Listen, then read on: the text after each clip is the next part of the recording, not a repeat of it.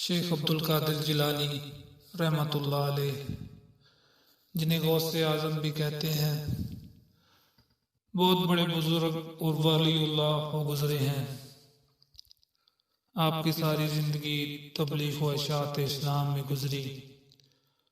बेशुमार लोगों ने आपसे रूहानी फैज़ भी हासिल किया और आज भी दुनिया आपकी तालीमात से फैज़याब हो रही है। आपको बचपन से ही इल्म हासिल करने का बेपनाह शौक था। आपने इब्तदाई तालीम तो अपने कस्बा जलान से ही हासिल की, लेकिन दीन की आला तालीम हासिल करने के लिए बगदाद जाना पड़ा था।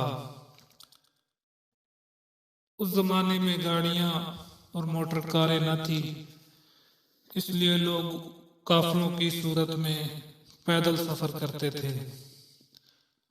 चुनाचे आपकी वालदा ने आपको भी बगदाद जाने वाले काफिले के हमरा रवाना कर दिया।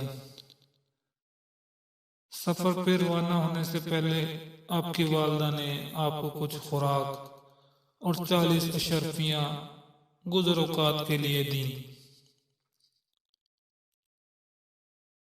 आपकी वालदा ने ये अशरफियां आपकी कमीज की तह में सी दी थी ताकि महफूज रहे, और चलते वक्त आपको खास तौर पर यह नसीहत की कि बेटा हमेशा सच बोलना और झूठ के करीब ना जाना। आपने माँ की इस नसीहत को गौर से सुना और सफर पर रवाना हो गए। काफिले के लोग डरते डरते सफर पर रवाना हुए। उन्हें इस बात का भी खदशा था कि कहीं रास्ते में डाकू काफिले पर हमला ना कर दें, क्योंकि उन दिनों रास्ते गैर महफूज थे और डाकू अक्सर काफिलों को लूट लिया करते थे। आखिर वही हुआ जिस बात का डर था। काफिले ने अभी सफर की 2 मंजिलें ही तय की थी कि डाकुओं के एक गिरोह ने रात की तारीकी में इस पर हमला कर दिया। तमाम काफिले में अफरा तफरी और भगदड़ मच गई और डाकुओं ने अहले काफिला को खूब लूटा। और एक डाकू शेख अब्दुल कादिर जिलानी रहमतुल्लाह अलैह के पास आया और कहने लगा, लड़के तेरे पास क्या है? आपने जवाब दिया, मेरे पास 40 अशरफियां हैं जो मेरी कमीज की तह में सिली हुई हैं। डाकू आपकी इस बात का मजाक समझा और हंसता हुआ आगे गुजर गया। और इतने में एक और डाकू आपके पास आया और वही सवाल किया। आपने फिर वही जवाब दिया। वो डाकू ये जवाब सुनकर हैरान हुआ और आपको पकड़कर अपने सरदार के पास ले गया। डाकू के सरदार ने ताज्जुब से आपको देखा और पूछा, लड़के सच सच बता तेरे पास क्या है? आपने वही बात दोहराई। आपकी ये बात सुनकर सरदार की हैरत की इंतहा न रही।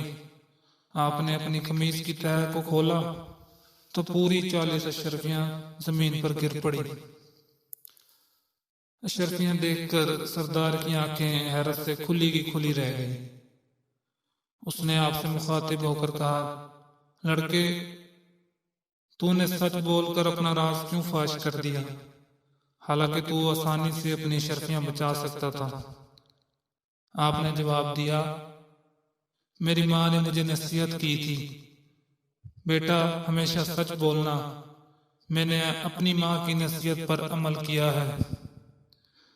आपका ये जवाब सुनकर सरदार इस कदर मुतासिर हुआ कि बेसाख्ता उसकी आंखों में आंसू आ गए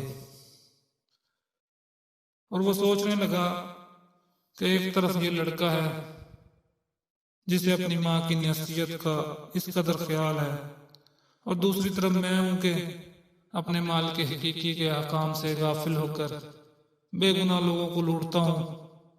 उसके दिल से ना गफलत का पर्दा दूर हो गया और उसने तौबा कर ली और काफले का लूटा हुआ तमाम माल वापस कर दिया।